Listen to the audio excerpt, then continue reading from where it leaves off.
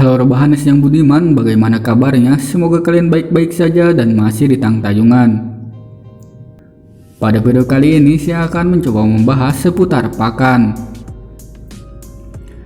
Seperti yang kita tahu bahwa seluruh makhluk hidup yang ada di muka bumi ini, baik itu ayam, kerbau, sapi, gojila, kulir JNE, ikan, dan masih banyak lagi, pasti memerlukan yang namanya makanan.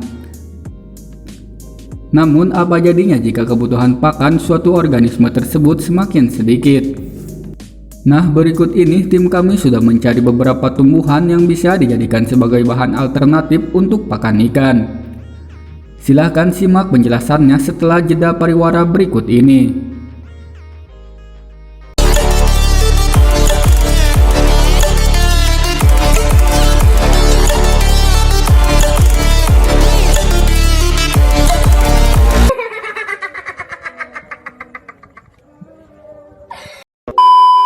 Ketika umat manusia sedang disibukkan dengan 1000 macam pekerjaan, dari mulai pengamen sampai presiden, dan dari penjual koran hingga menjual kehormatan.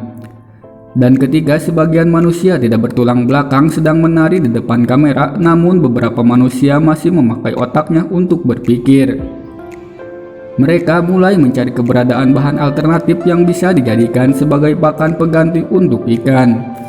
Seperti yang kita tahu bahwa kendala dalam usaha budidaya perikanan yang sering dikeluhkan oleh pembudidaya yaitu mahalnya harga pakan ikan. Mahalnya harga pakan tersebut disebabkan karena sebagian bahan pakan yang masih merupakan bahan impor seperti halnya tepung kedelai dan tepung ikan. Namun ternyata masih ada beberapa tumbuhan di sekitar kita yang bisa dijadikan sebagai pakan pengganti untuk ikan. Nomor hiji, daun pepaya. Alasan memilih daun pepaya sebagai alternatif pakan adalah karena daun pepaya termasuk kategori pakan ikan yang murah dan banyak tersedia di sekitar kita.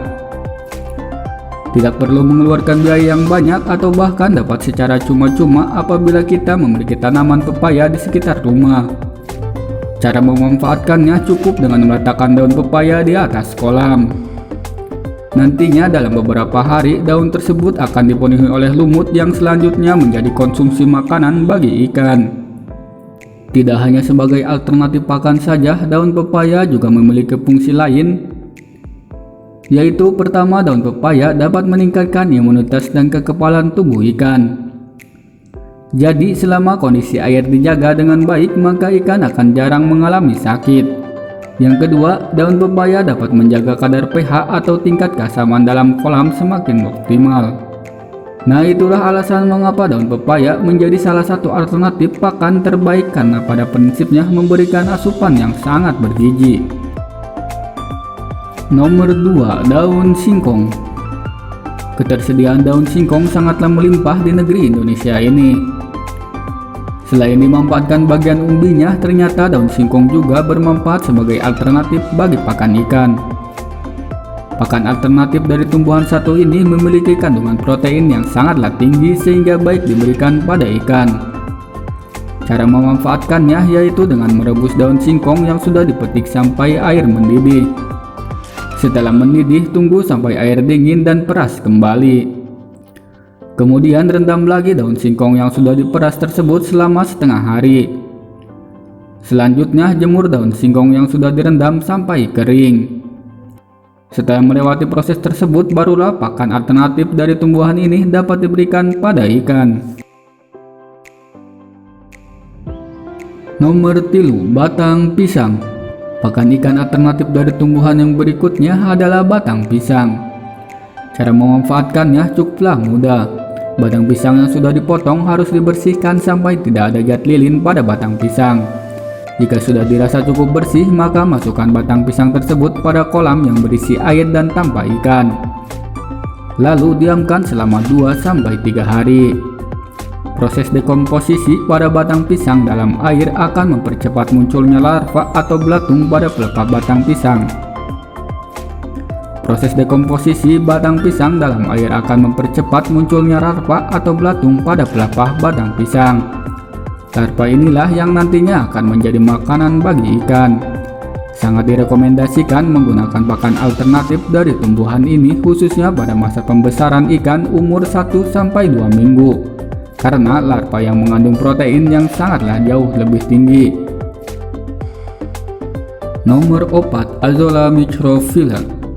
Jenis tumbuhan paku ini sebenarnya tersedia dengan stok melimpah di sekitar kita. Namun hanya beberapa saja yang mengetahui manfaat dari tumbuhan paku satu ini. Dan salah satunya adalah para pembudidaya ikan. Azolla tidak hanya digunakan oleh petambak ikan saja, bahkan juga digunakan oleh para petambak unggas sebagai alternatif makanan. Cara memanfaatkan tumbuhan paku ini berbeda dengan menggunakan daun pepaya yang sudah dijelaskan sebelumnya. Pada prinsipnya, ikan tidak akan mau memakan tumbuhan paku ini dan cenderung memilih pelet. Namun ada trik yang bisa dilakukan, yaitu dengan tidak memberi pakan pelet terlebih dahulu selama kurang lebih 24 jam. Setelah seharian tidak makan, tentu ikan akan merasa lapar dan secara terpaksa akan memilih tumbuhan Azolla ini. Namun patut diingat, karena kandungan protein yang tidak cukup tinggi, maka tumbuhan ini hanya bisa dijadikan selingan saja dan tetap harus diberikan pakan pelet sebagai pakan utamanya. Nomor 5. Daun turi. Daun turi memiliki angka kecukupan gizi yang tinggi bagi ikan. Dalam berbagai jurnal aquaculture tercatat bahwa daun turi mempunyai kandungan gizi, yaitu diantaranya protein kasar sebanyak 31%, lemak kasar sebanyak 8%, serat kasar sebanyak 29%, serta abu sebesar 7%. Di balik nilai gizi yang menggoda tersebut muncul permasalahan besar, yaitu kandungan serat yang sangatlah tinggi. Kandungan serat tersebut tidak dapat dicerna oleh ikan. Apabila termakan secara langsung, maka ikan tersebut akan mengalami penyumbatan pencernaan. Lalu bagaimana cara memanfaatkan daun turi untuk pakan ikan? Caranya yaitu dengan menghilangkan kandungan serat pada daun turi melalui proses fermentasi selama 48 jam.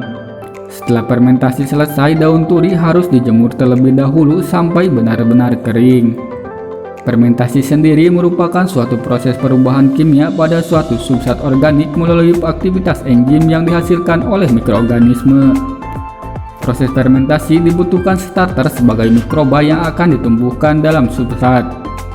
Dalam pertumbuhannya, mikroba tersebut dijadikan kandungan nutrien yang ada pada bahan nabati tersebut sebagai sumber karbon untuk pertumbuhannya, sehingga dapat menghasilkan protein dalam jumlah yang sangat tinggi.